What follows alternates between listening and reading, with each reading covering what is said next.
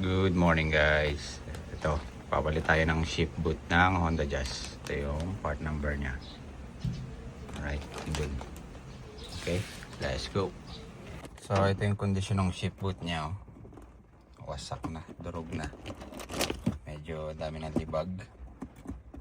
Kasi pag nagsiship si Mrs. pag ganun eh. Primera, segunda, tercera. Sa tercera ginagano niya, sinusungkit. Kaya napudpud to. Ewan ko, mannerism na niya yung ganito mag-ship. Okay, so ito yung bago. Part number. Yan. So, madali lang magtanggal nito. Tatanggalin lang natin ito center console. May dalawang bolts dito sa likod. Tapos may mga push clip dun. Kabila. Tapos, yan, hugot na. So, nandito yung dalawang screw nya. Kabila. Yan. Okay, tanggalin natin.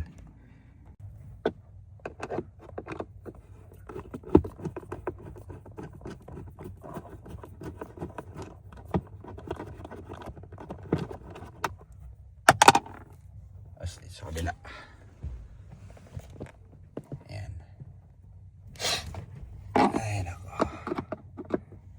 Ayan ang gumanda yung panahon. Araw-araw na lang umuulan. Ayan. Ito na isa. Tanggal ko na. Sa yung dun sa kabila. Dalawa yan. Ayan. Pwede na tayo magtanggal ng center console na. Itong gitna. Pero tanggalin muna natin to. Itong shift knob. Ayan, pwede natin tanggalin tong shift knob. Yan. Ayan o. Bigat siya. Weighted na carbon fiber shift knob. NRG. Ayan o. Okay.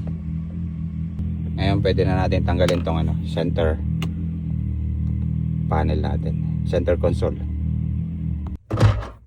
Tapos, tinanggal ko na rin to dito para lumusot tong handbrake. Natin. Tapos yung cigarette lighter plug dito sa socket. So, bubuhat ko na siya. Ganyan lang kadali. Alright.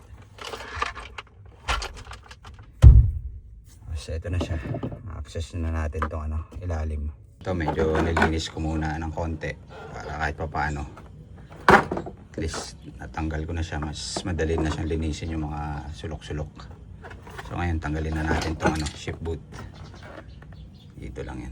Ayan, tatlong screw.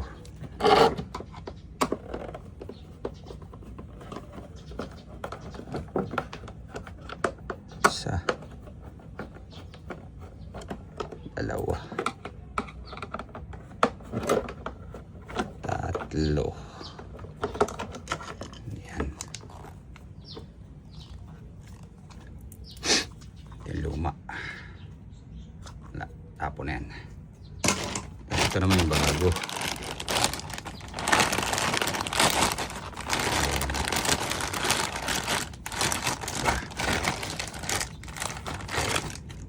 Yan.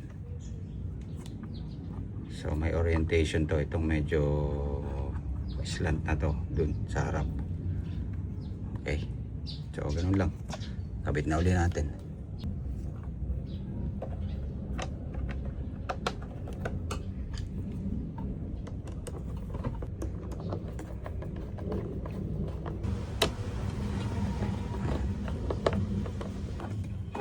Bago.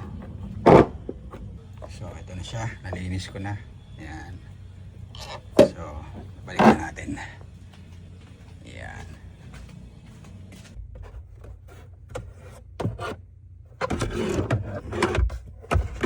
Cigarette socket, kalimutan.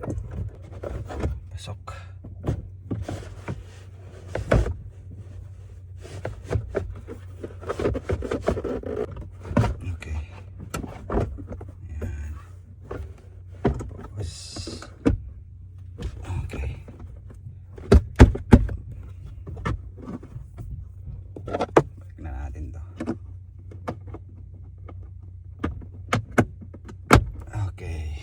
shift knob.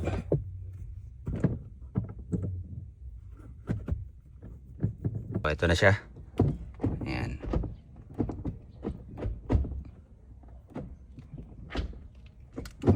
Okay. Yan, mga small touches lang yan. Para at least, you know, kahit medyo luma na itong just medyo iba pag naalagaan. So since nandito na rin lang tayo, gagawin ko na rin tong pag bypass ng parking brake dito sa head unit natin dito. Kasi hindi tayo pwedeng manood ng video rito, especially YouTube, Netflix, lahat na may mga video. Nag-a-alert siya for safety purposes driving. So halos lahat ng Android head unit hindi tayo pwedeng manood ng naka-restrict yung pag-play ng video habang nagda-drive. So makakapanood lang tayo, makakapag-play lang tayo ng video pag naka-handbrake, pag nakataas to. So ngayon ang gagawin ko is iba-bypass ko na lang, hindi ko na i-connect dito sa handbrake cable.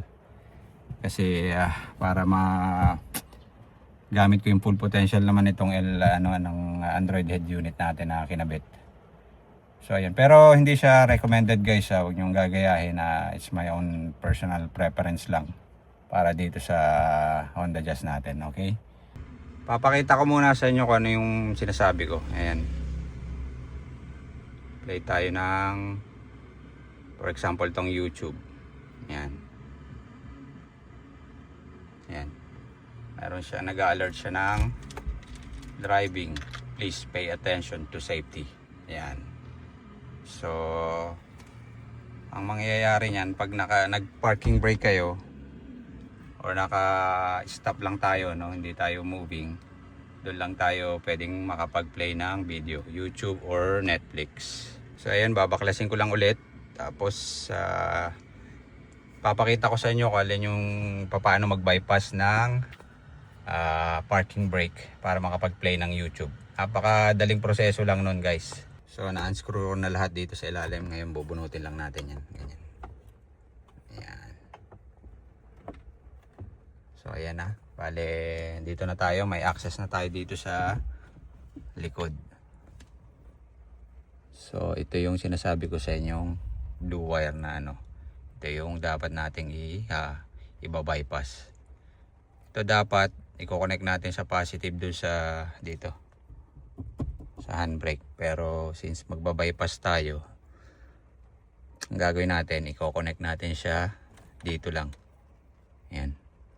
Dito sa black wire na to, which is ground nitong Android natin. Itong black wire na to. Bali, i-ground lang natin tong brake wire na to dito. Okay, so testingin natin. So ayan, di ba? Balik tayo sa YouTube. Ayan yung alert niya. Patayin natin yung music. Makaka-copyright na naman tayo dyan. Ayan, nakita nyo, naka-alert siya. Ngayon, subukan nating i-connect lang muna natin dito. Tuso ko lang siya doon. Ayan, nakasama na siya dito sa sa ground natin. Tinusok na itong blue wire na yan. So ngayon, try ulit natin.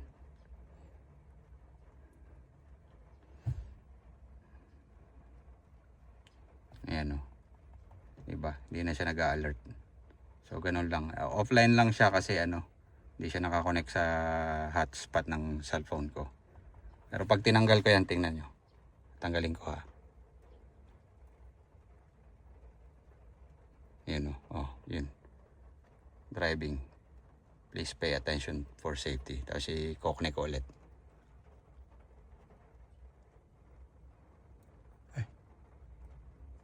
Yan. Nawala. Bumalik. Tusok ulit. Yun. Diba? Nawala ulit. So ngayon, ganyan lang siya. I-fix ko lang dito. Tapos ayusin ko na rin itong mga wires dito. Lalo na itong na to. RCA's input outputs natin dito.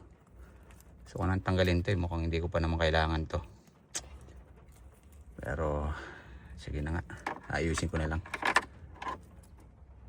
And yung reverse cam nga pala nito, na ikabit ko na rin pala yun kasi hindi ko na i-video kasi nasira yung audio.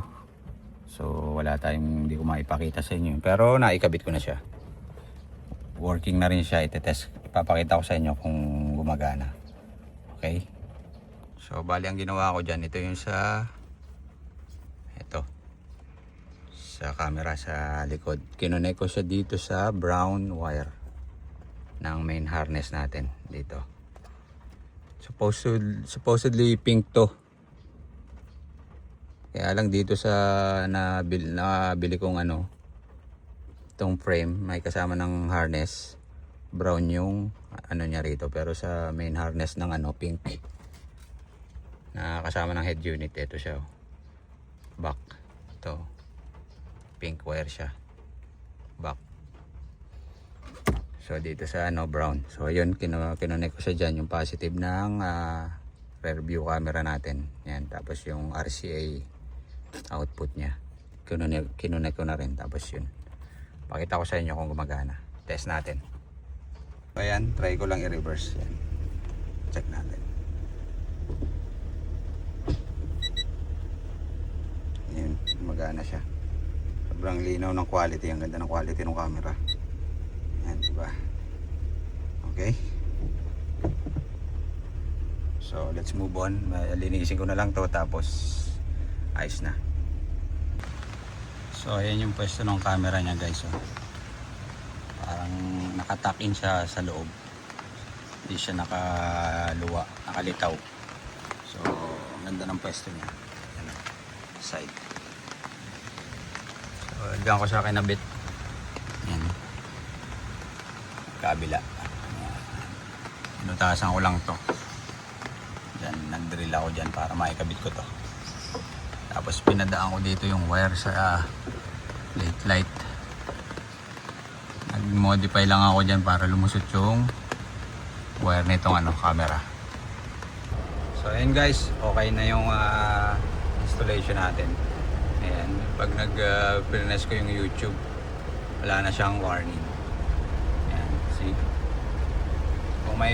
Kung naka-connect siya dito sa cellphone ko, mag-play siya ng YouTube.